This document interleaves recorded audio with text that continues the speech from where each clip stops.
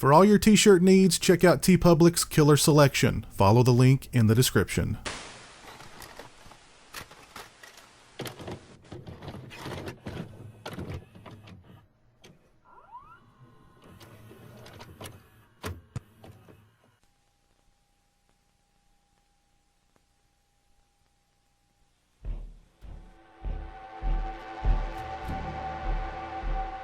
Hey, what's up people? Pizzal here, and today I want to talk to you guys about the upcoming Arrow Video Blu-ray release for 1984's Children of the Corn. And what can I say about Children of the Corn? I almost feel like I'm insulting you by offering a plot synopsis for the film, but here goes. Based on a short story by Stephen King, the film follows a young couple played by Linda Hamilton and Peter Horton, who, while driving through the Midwest, stumble upon the small town of Gatlin. However, Gatlin is unlike any other small Midwestern town in that all of the children there murdered the adults under the influence of an enigmatic child preacher as an offering to the mysterious deity known as He Who Walks Behind the Rose. And now, if you're someone of my generation who grew up in the 80s and early 90s, you should be pretty familiar with Children of the Corn. The poster art for the film as well as the VHS box cover art are both iconic. And even if you didn't rent the video, you most likely saw the film on cable television as it was a mainstay on the USA Network. And there was something about Children of the Corn that as a kid I just found incredibly creepy. The fact that all the kids in this town had been turned into killers by this mysterious force whose mouthpiece was but a kid himself, and a pretty darn creepy kid, was just totally unsettling to me. The score is absolutely haunting. The overall look of the film just had this very dreamlike kind of quality. The movie also felt far more grounded in reality than, say, a Friday the 13th or a Nightmare on Elm Street, the kind of movies that I was burning up my VCR with back in the day. As an adult, even though it's considerably less effective now, I still get this off-putting feeling whenever I watch Children of the Corn. I tap into the religious elements of the film far more so now than I did as a kid. The fact that the children of this town were so deceived by this sinister force that it drove them to murder their own parents and then sacrifice themselves at the ripe old age of 19 is still pretty disturbing. The level of devotion in these kids, perfectly exhibited by John Philbin's performance, who plays a young man who is celebrating his 19th birthday by mutilating himself and then eventually sacrificing himself to He Who Walks Behind the Rose, is pretty unsettling. And then you have the performance of John Franklin as the boy preacher Isaac, who just absolutely creeped me out as a kid. There was something about him I couldn't quite put my finger on at the time that was just invariably creepy. As it turns out, Mr. Franklin suffers from some sort of chromosomal deficiency that stunted his growth. He was 22 years old, playing a 12-year-old at the time the film was shot. His performance creeped me out as a kid, and it has a similarly chilly effect on me even now. The movie has its flaws, many of which can be attributed to the film's meager budget or Fritz Kirsch's inexperience as a director. But Children of the Corn, in my book, it's a classic. It's a well-made film. The performances are good. The score is haunting. It's just a creepy, weird, unique movie among the ranks of 80s horror films, in my opinion. And its themes resonate, probably more so now than when the film was made. If you've not seen Children of the Corn, what are you waiting for? Go watch Children of the Corn. This Blu-ray from Arrow Video would be a great way to introduce yourself to the film. If you're a fan of Children of the Corn, you definitely want to look into getting this new Arrow release. It sports a brand new 2K restoration of the original negative. The picture quality and the sound quality are both very good. The picture quality, in some instances, the film looks like it was shot yesterday and not 30 plus years ago. However, when it comes to some of the darker scenes or some of the lesser lit scenes in the film, you definitely get to see a lot of grain. There's one particular sequence that takes place in the barn where there is very little to no light, and the image is just a big, grainy, pixely kind of mess. So you do have those moments where, as I said, it looks like the film was shot yesterday and not 30 years ago. However, on the other hand, in some of the darker sequences or some of the lesser lit sequences, you really get to see that thick grain coming through, and it just doesn't look very appealing. Yet overall, the picture quality is pretty darn good on this release. As far as special features are concerned, we have Harvesting Horror, a 36-minute and 15-second retrospective documentary featuring interviews with director Fritz Kirsch and actors John Franklin and Courtney Gaines. This was an extra that was on the Anchor Bay 25th anniversary Blu-ray release. Fritz Kirsch discusses how he got involved with Children of the Corn, the pre-production of the film, location scouting, casting. John Franklin discusses getting cast in the film and how, due to his growth hormone deficiency, he was perfect for the role because he looked like he was 12 when he was actually 23 at the time, not 22. I think I said he was 22 at the time earlier. He was actually 23 at the time he shot Children of the Corn. Courtney Gaines discusses bringing a knife to the audition for the film. It was a fake knife. However, he whipped it out during the audition, much to the dismay of the other actor he was auditioning with, but he got the role. Kirsch discusses making the film on a very tight budget and short schedule. Franklin discusses how he developed his character by watching boy preachers on late night television. Gaines discusses how he'd get into character by psyching himself up before they began shooting.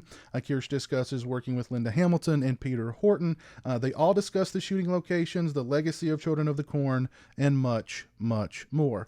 Very nice retrospective documentary about the making of Children of the Corn. Very informative, very entertaining. Next up, we have It Was the 80s, a 14-minute and 7-second interview with Linda Hamilton. This was also on the 25th anniversary Anchor Bay Blu-ray. In the interview, Miss Hamilton discusses auditioning for Children of the Corn, her excitement to be working on a Stephen King adaptation. She discusses her love for shooting. She discusses how much she loved shooting the film in Iowa, the people and the places, etc. She discusses working with Peter Horton, being stuck in a car with him for weeks at a time in 100-degree heat, which was not pleasant. She discusses her enjoyment of the more physical side of acting. Very nice interview with Miss Hamilton, 14 minutes and 7 seconds in length. Next up, we have And a Child Shall Lead Them, a brand new interview with actors Julie Madalena and John Philbin. It is 50 minutes and 52 seconds in length. They both discuss their characters and the auditioning process. They both discuss shooting the film in Iowa, the art direction and set design of the town, the cornfields, etc. Julie Madalena discusses working with young local actors as the other children of the corn and feeling very protective over them during the film. John Philbin discusses his love of horror films. Mr. Philbin was also in Return of the Living Dead. They both discuss doing research into cults before doing the film. They discuss their fondest memories of making Children of the Corn, including the cast party at a former slaughterhouse turned shopping mall in Iowa. Very informative, very entertaining interviews with Ms. Madalena and Mr. Philbin. 50 minutes and 52 seconds in length. Next up, we have Field of Nightmares, a brand new interview with writer George Goldsmith at 17 minutes and 19 seconds in length. Mr. Goldsmith discusses his writing background, first as a journalist before trying his hand at screenwriting.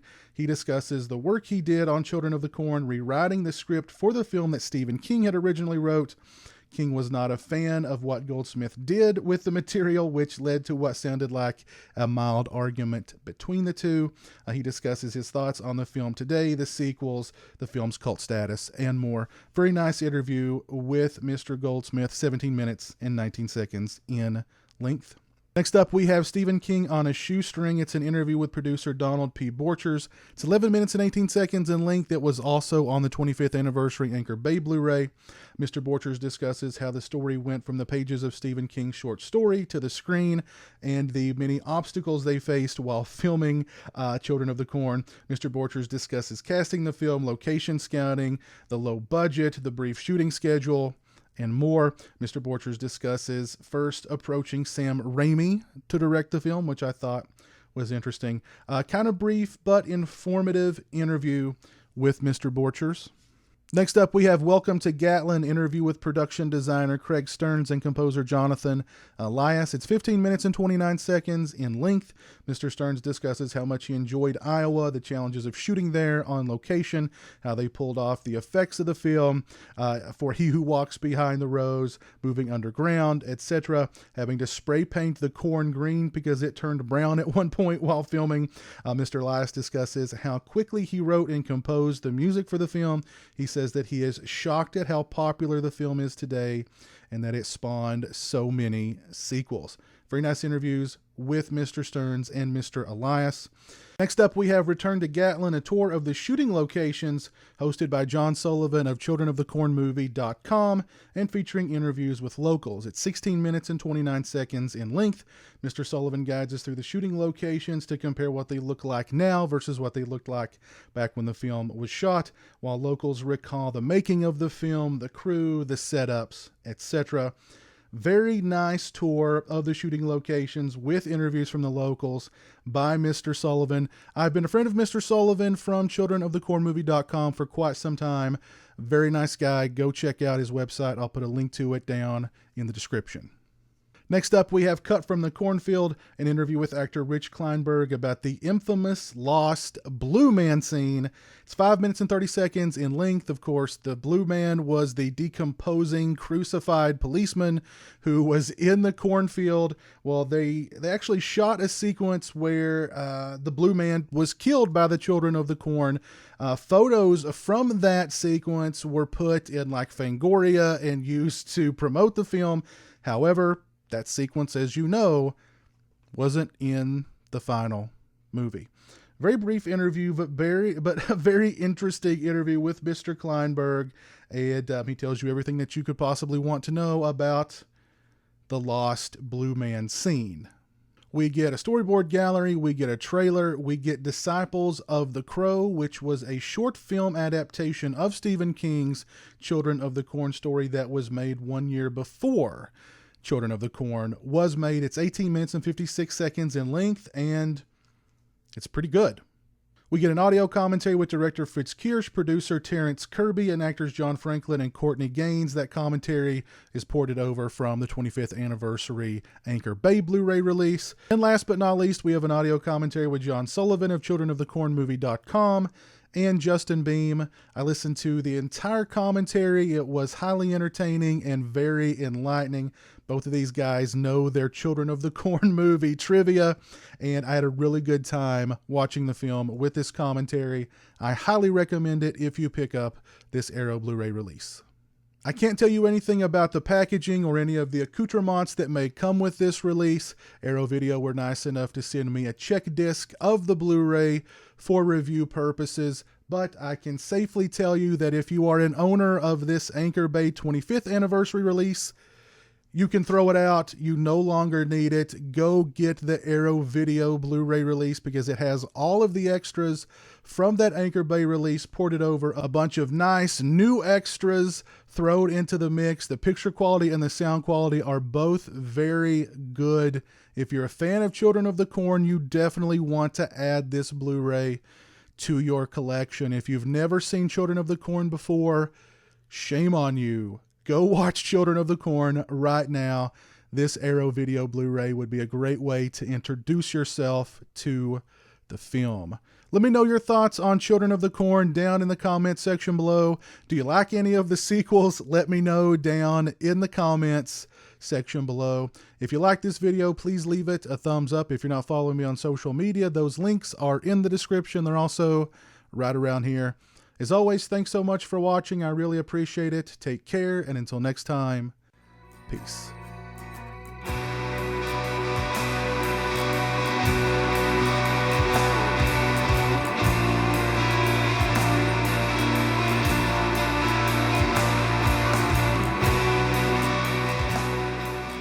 Say hello to the internet, Jeremy.